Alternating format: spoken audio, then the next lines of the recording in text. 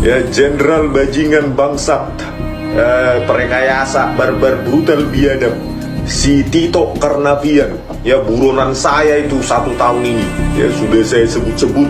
Tito Karnavian terutama itu, jenderal, maaf ya Pak Jenderal, jenderal polisi pengkhianat di kasus Kapolri, ya saya tantanglah Kapolri, kenapa enggak kau tersangkakan saya, kau tangkap saya Listio Sigit Prabowo. Saya tantang kau sebagai Kapolri, ya sebelum kau dipecat oleh Pak Presiden Prabowo Subianto. Paling beberapa 1 bulan ini udah dipecat kau, saking gak ada gunanya. Ya, sekarang saya tantang kau, ya untuk menersangkakan, menangkap saya, ya. Kalau saya nanti ditahan karena laporan-laporan semacam ini, ya ditersangkakan, ya laporan-laporan semacam ini hanya sebuah mekanisme untuk semakin membongkar boroknya hukum kita, ya. Tetapi saya tetap bangga nanti di dalam CV saya, ya saya pernah dipenjara karena memperjuangkan kebenaran. Saya tidak akan menyerah di pengadilan, saya akan keras-kerasan membuktikan keilmuan saya. Siap-siap Rismon dan kaumnya masuk Buya, terserah kau lah. Ancaman-ancaman gitu kau kiranya masuk apa sama saya? Masuk otak. Komentar kalian itu suruh lapor secepatnya. Kali ini kita membawakan kabar baik, kabar yang sangat baik. Ya, jenderal bajingan bangsat, perekayasa, barbar, brutal, biadab, si Tito Karnavian, ya buronan saya itu 1 tahun ini, ya sudah saya sebut-sebut untuk ditangkap, diseltikuskan oleh Listio Sigit Prabowo.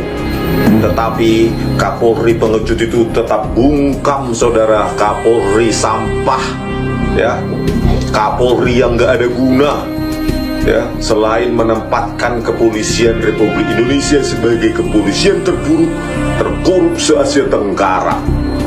Ya, si Tito Karnavian inilah jenderal bangsat, jenderal bajingan yang merekayasa video CCTV bersama Krisnamurti pada saat mereka menjadi pentolan, ya Polda Metro Jaya. Memanfaatkan si ahli penipu juga, ya Muhammad Noah Lazar dan Christopher Harimandrianto untuk memanipulasi barang bukti digital dengan 2 software gratisan di Redshop dan Freemake, ya. Nah, inilah kabar beritanya si Tito Karnavian ini, ya jenderal bangsat penipu perekayasa ini dilaporkan ke KPK atas dugaan korupsi dana retreat kepala daerah di Magelang. Ya, kita berharap, meskipun harapan pesimis, ya kan, kepada KPK untuk berani itu memanggil, memeriksa si Tito Karnavian ini. Ya, saya yakin banyak sekali masalah-masalahnya selain kasus Jessica. Orang ini pasti banyak masalah di mana-mana, baik pada saat dia jadi polisi maupun di Kemendagri setelah dia menjadi Menteri Dalam Negeri. Ya, sekali penipu tetap penipu, sekali perekayasa tetap perekayasa, sekali pengkhianat tetap pengkhianat. Tito Karnavian dan Krisnamurti sudah saya tantang sama kepada Listio Sigit Prabowo. Tangkap saya kalau saya salah, kan gitu. Gampang kebenaran itu untuk diuji.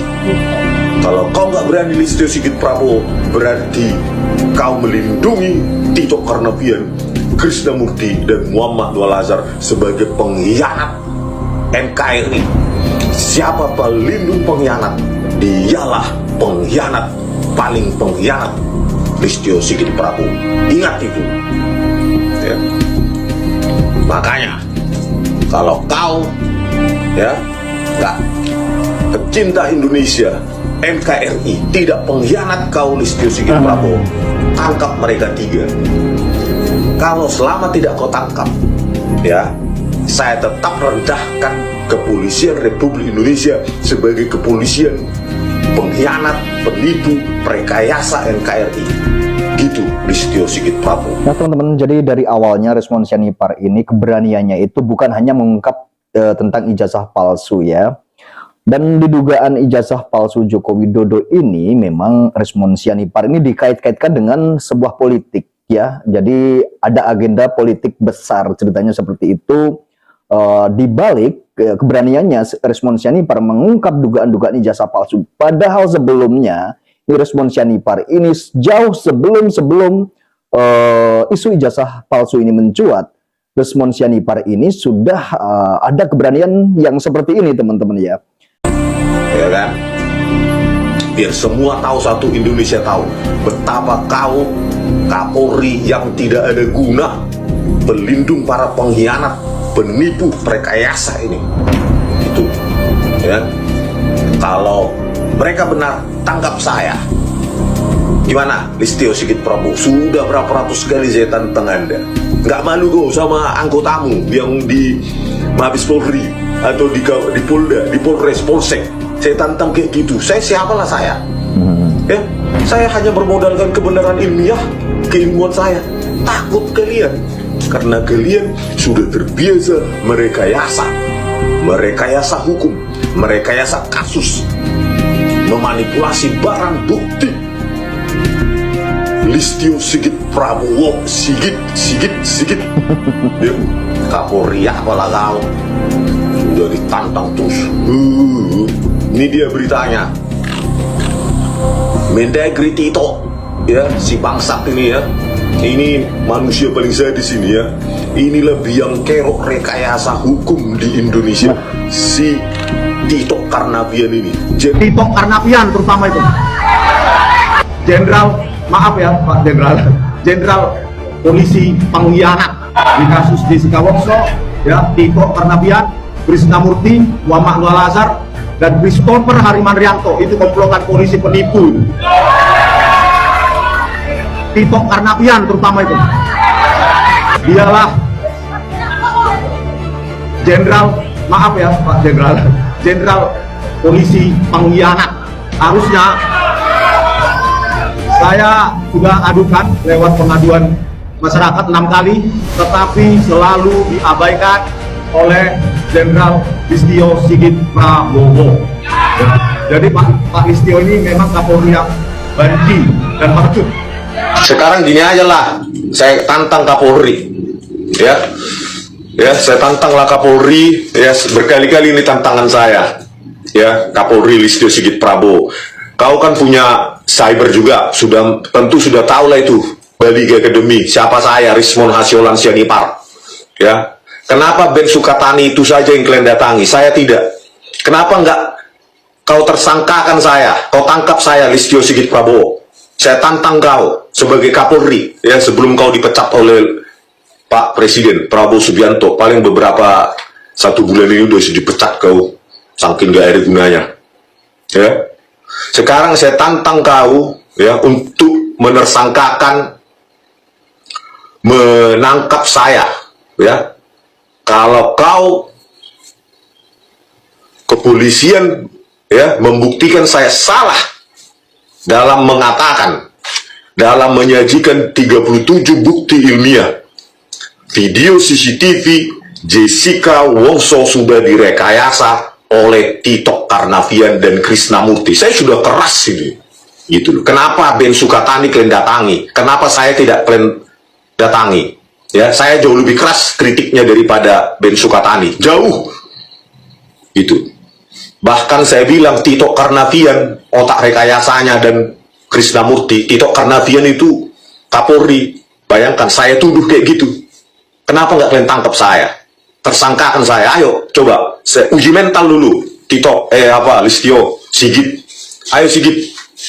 Ya, tersangkakan saya, tangkap saya. Ayo kita buktikan di pengadilan bahwa kalian benar atau saya yang benar, ya kan? 37 bukti ilmiah oleh Tito Karnavian dan Krisnamurti, ya, memanfaatkan laboratorium komputer forensik, ya. Pada saat itu kepalanya adalah Muhammad Nur Al-Azhar. Pakai apa? Software FreeMake dan eRedshot, software gratisan untuk mengotak-atik dimensi frame, laju frame, jenis kodek, supaya kabur-kabur diotak-atik oleh tangannya ini dengan Christopher Harimandrianto. Ini dia, ya, dengan para jaksa-jaksa penipu itu, mulai dari Ardhito Muardi, Sandi Andika, Wahyu Oktaviandi, Sugi Carvalho, Haribo, dan lainnya.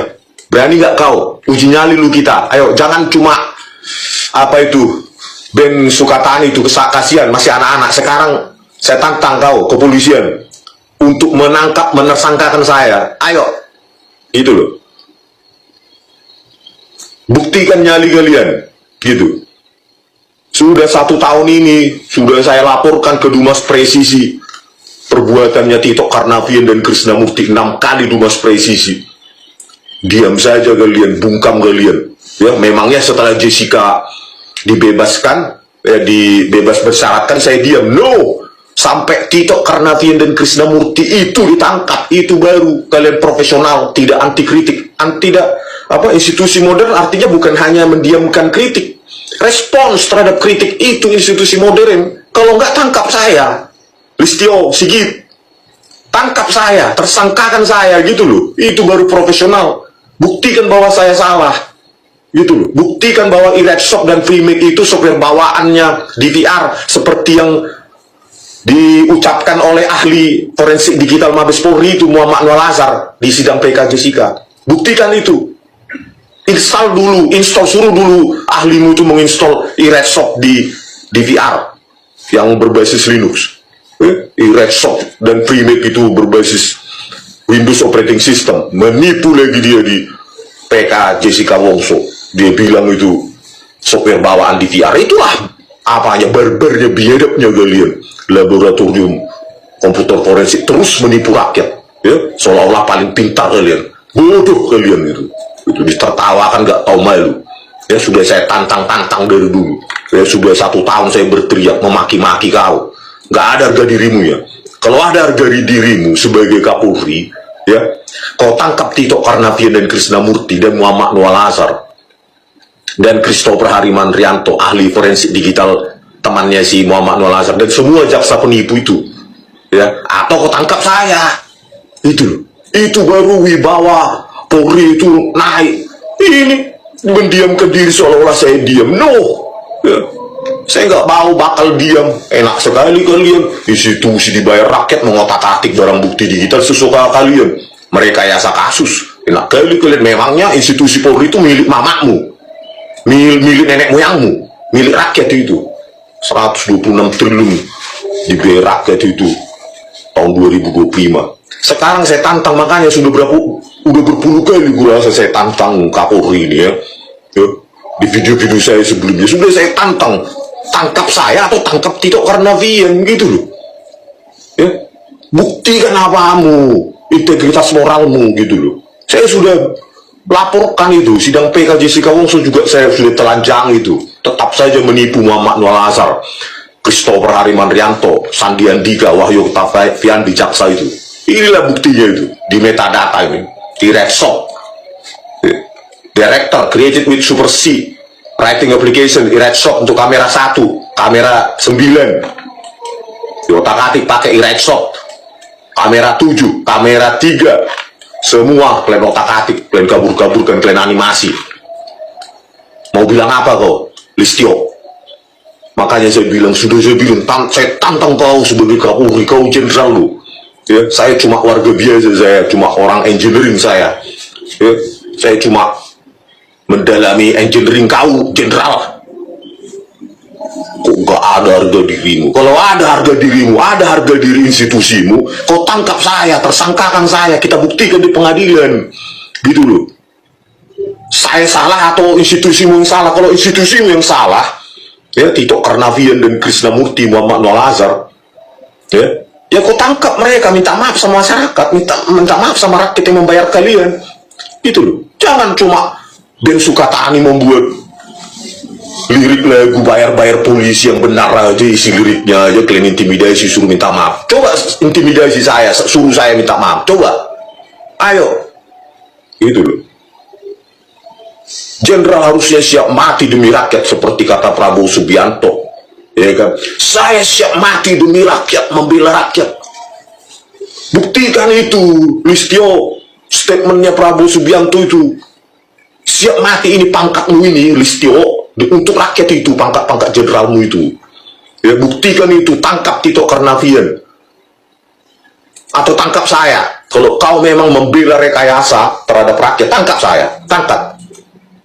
Ya, saya tantang kau. Itu loh. Saya tidak akan menyerah di pengadilan, saya akan keras-kerasan membuktikan keilmuan saya. Saya ini. Ini siapa sih musuh Bang Rismon sebetulnya? Ya ini. Saya ingin menyuarakan ini. Bahwa mereka punya track record memanipulasi. Terus tiba-tiba jadi bersih. Oknum. Ya nggak tahu, ini kepala laboratorium komputer forensik. Mabes Polri, Muhammad Nur Al-Azhar. Kasih kata oknum, kasih kata. Muhammad Nur Al-Azhar. Di depannya kasih oknum. Kombes, bukan oknum. Itu kepala laboratorium komputer forensik saat itu, 2016. Pangkatnya AKBP, sekarang Kombes. Seharusnya diapakan? Jadi penjara seumur hidup, Nusa Kambangan.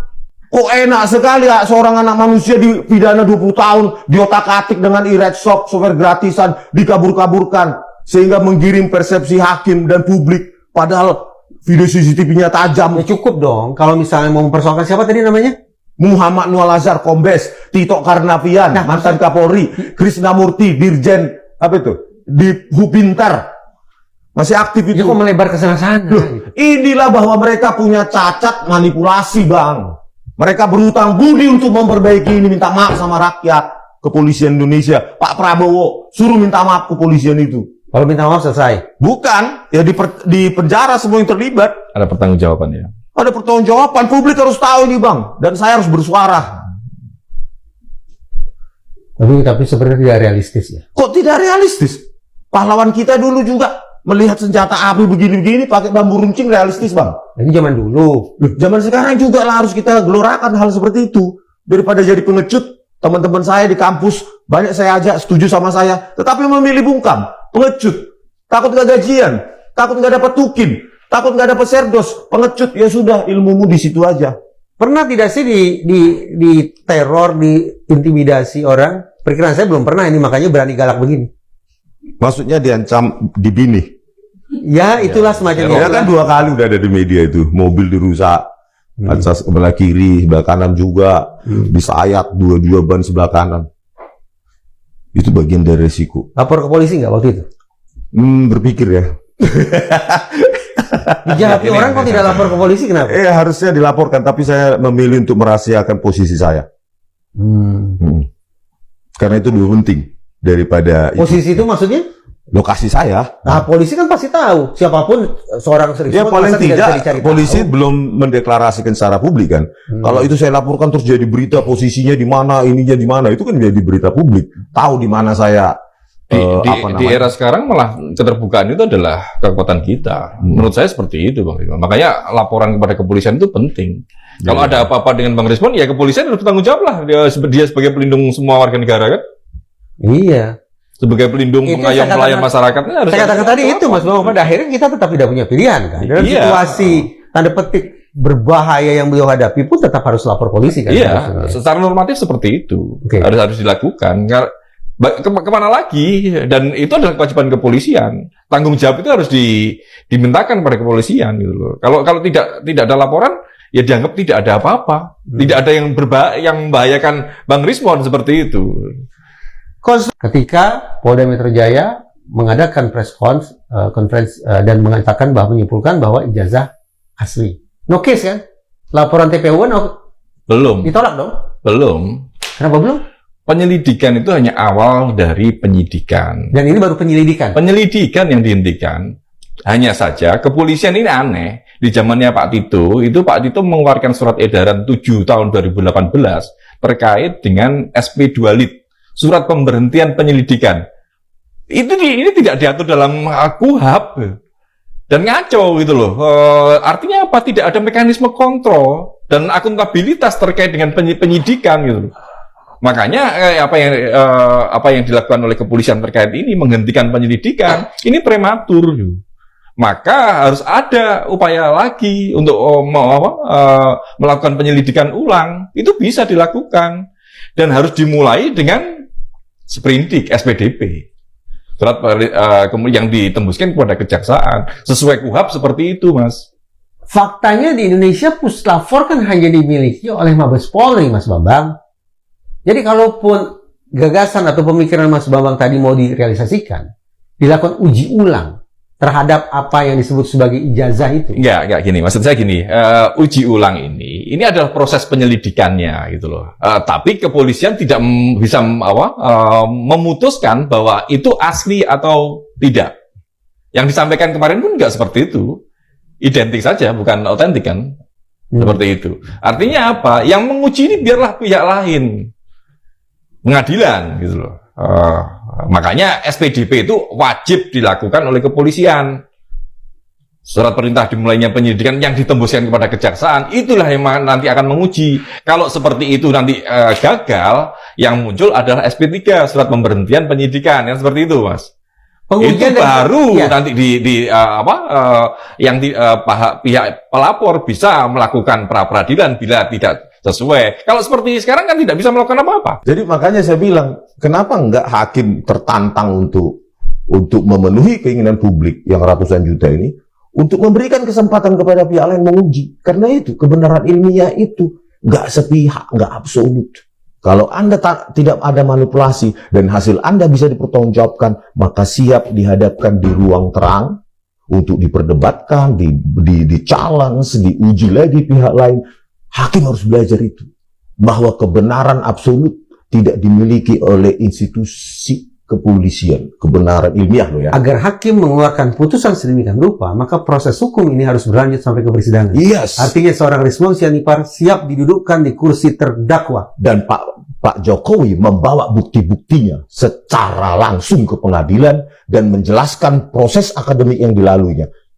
Tidak lagi produk digital ya, harus fisik, analog, semua berkasnya yang dari UGM juga dibawa, SMPP 40 juga harus dibawa, dan harus didudukkan, dan kita uji bersama. Siap nggak, Pak Jokowi? Kalau saya nanti ditahan karena laporan-laporan semacam ini, ya ditersangkakan, ya laporan-laporan semacam ini hanya sebuah mekanisme untuk semakin membongkar boroknya hukum kita, ya. Apapun kalau sudah begini ya, kebenaran ilmiah sudah kita ungkapkan, banyak itu dicari pasal-pasal itu. Ya, bahkan banyak tersedia sejumlah pasal-pasal karet itu yang bisa dipakai dipakai oleh mereka ya. Pasal karet itu memang disediakan untuk itu. Ya, tetapi saya tetap bangga. Nanti di dalam CV saya, ya, saya pernah dipenjara karena memperjuangkan kebenaran ilmiah, ya. Itu sebagai CV saya. Ketika saya mati pun nanti dibacakan nanti apa itu kalau orang Batak itu ya sejarahnya, obituary ya dalam bahasa Batak apa sih dibilang itu? Mandok hata lah orang-orang kan. Tulang kami ini pernah dipenjara apa? Sebelum mati dia dipenjara karena memperjuangkan kebenaran ilmiah yang dipegang penuh. Tetapi sayangnya dia dipenjara karena laporan ormas yang katanya menghasut dia.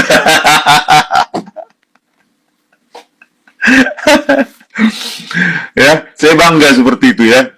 Bangga sekali. Siap-siap Rismon dan kaumnya masuk buya, terserah kau lah. Ancaman-ancaman gitu kau kiranya masuk apa sama saya? Masuk otak.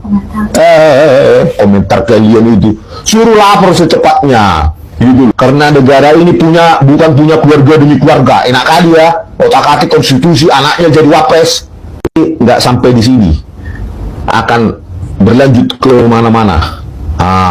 Gitu ya kan. Saya anti dinasti memang. Itu apa saya? Anti dinasti. Karena apa? Karena negara ini bukan punya keluarga demi keluarga. Enak kali ya, otak-atik konstitusi, anaknya jadi wapres. Bah, enak kali ya. Itu bukan fair play itu. Indonesia bukan punya keluarga, Indonesia punya rakyat. Ya enggak Pak Prabowo Subianto? Janganlah bilang lagi nanti hidup Jokowi Pak. Pilih-pilihun. Siap Rismon dan kaumnya masuk buya, terserah kau lah. Ancaman-ancaman gitu kau kiranya masuk apa sama saya? Masuk otak. Komentar kalian itu suruh lapor secepatnya gitu loh. Di mana saya ujaran kebencian? Di mana saya ujaran kebencian? Ilmiah, berbasis data, apalagi data primer. Ya, ini data primer Saminuddin Barori itu tesis, data primer lembar pengesahan skripsi Jokowi, data primer saya foto langsung. Mau apa? Ya. Makanya saya bilang, ya, ujaran kebencian, penyebaran hoax, mana? Coba buktikan. Cuma ancaman-ancaman aja, siap-siap masuk penjara, masuk bui. Tahe. Ya. Komentar apa itu ya? Ya, mungkin udah diterjunkan para apa itu, relawan-relawan apa itu, partai berijazah. Nggak ngaruh kita itu, ya, nggak bakal mundur kita sejengkal pun. Ya. Lembar pengesahan sangat modern. Satu pun di dunia ini tidak ada lembar pengesahan sangat modern seperti di lembar pengesahan Joko Widodo dan Saminuddin Barori itu. Apalagi ada tulisan tesis ini yang ditandatangani cuma dosen pembimbing, yang dekan enggak, penguji enggak, kayak apa, toilet paper ini. Ya. Tahe Indonesia on. Ya, bagaimana kita beradab kalau kita percaya hal-hal. Kenapa sih saya heran loh, kenapa kalian cinta buta gaya? Apa karena mendapatkan bansos atau bantuan langsung tunai itu?